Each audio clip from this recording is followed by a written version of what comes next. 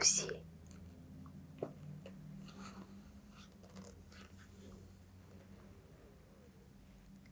Few architects have embodied the hopes and disillusionments of the industrial age as Le Corbusier did, nor have any quite so scandalized and outraged their contemporaries, with the possible exception of Adolphe Loos for a certain period and Frank Lloyd Wright throughout his lifetime. Le Corbusier came of age at a time when cars and airplanes were becoming a common means of transportation. Thus, he was one of the first professional architects to ply his trade on several continents at once, looming as an internationally recognized architect, well ahead of the pack. But thanks to photogravure and the modern press, he also became a public figure whose sundry decorations often caused a stir.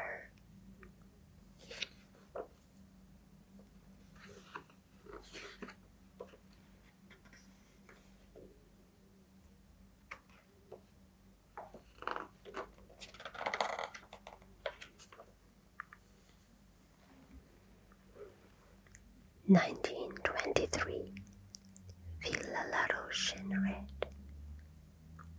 The semi-detached house designed in 1923 for Raoul Laroche and Albert Generet in Paris suburb of Auteuil marked a turning point in Le Corbusier's architectural thinking, mindful as he was of the movements of the European avant-garde.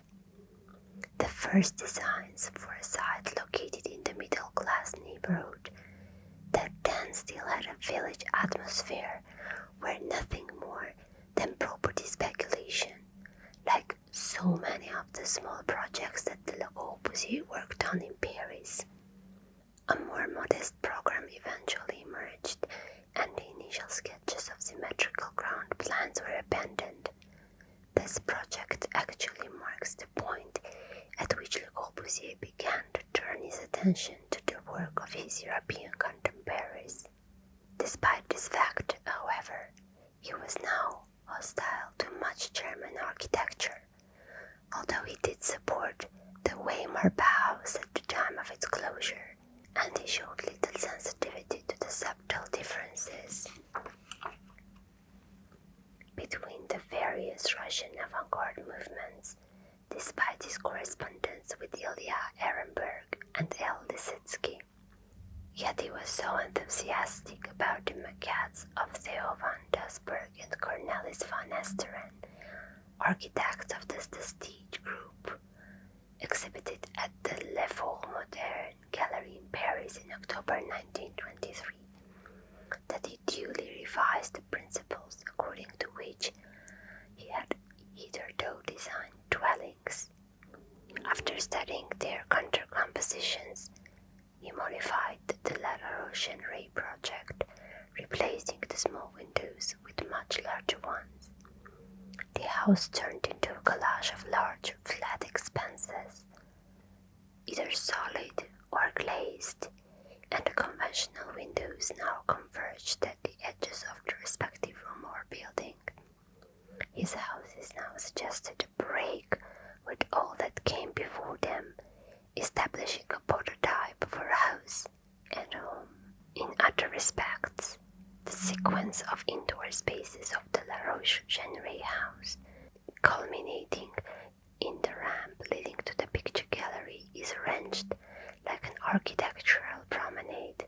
Here, Le Corbusier implemented for the first time an idea that had occurred to him while inspecting the Acropolis in Athens, a theatre for processions, like that put forward by Auguste Joyce in his Histoire de l'Architecture, History of Architecture of 1899. A walk up the ramp offers views that open up in three directions, upwards, horizontally, and downwards. When climbing the stairs from the entrance, the full breadth of the hall can be appreciated, and the its relationship to the dining room is revealed. Once on a level with the crowns of trees, among which the house is carefully sited, the ramp leads to the picture gallery, whose curved wall supports a stairway leading to the roof terrace. It offers a well-lit setting for the cubist and purist canvases purchased by the Corbusier and Osenfant on behalf of La Roche. The new formal working methods explored in this house saw Le Corbusier abandoning the constructive rationalism of Auguste Perret, still evident in the Domino House, and tackling the deployment of surfaces devoid of any structural function.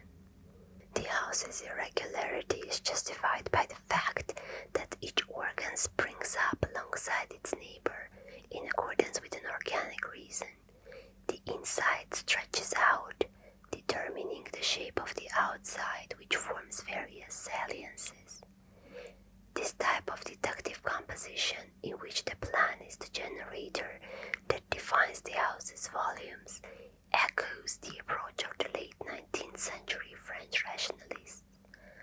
But the irregularity is tempered by the presence of a formal principle that regulates the relations between the building's various components.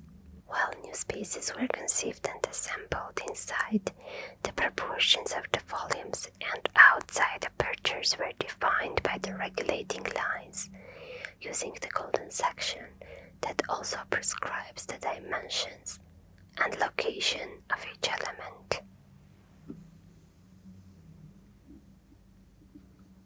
That's it for today. Please like the video and subscribe to our channel for more. See you soon.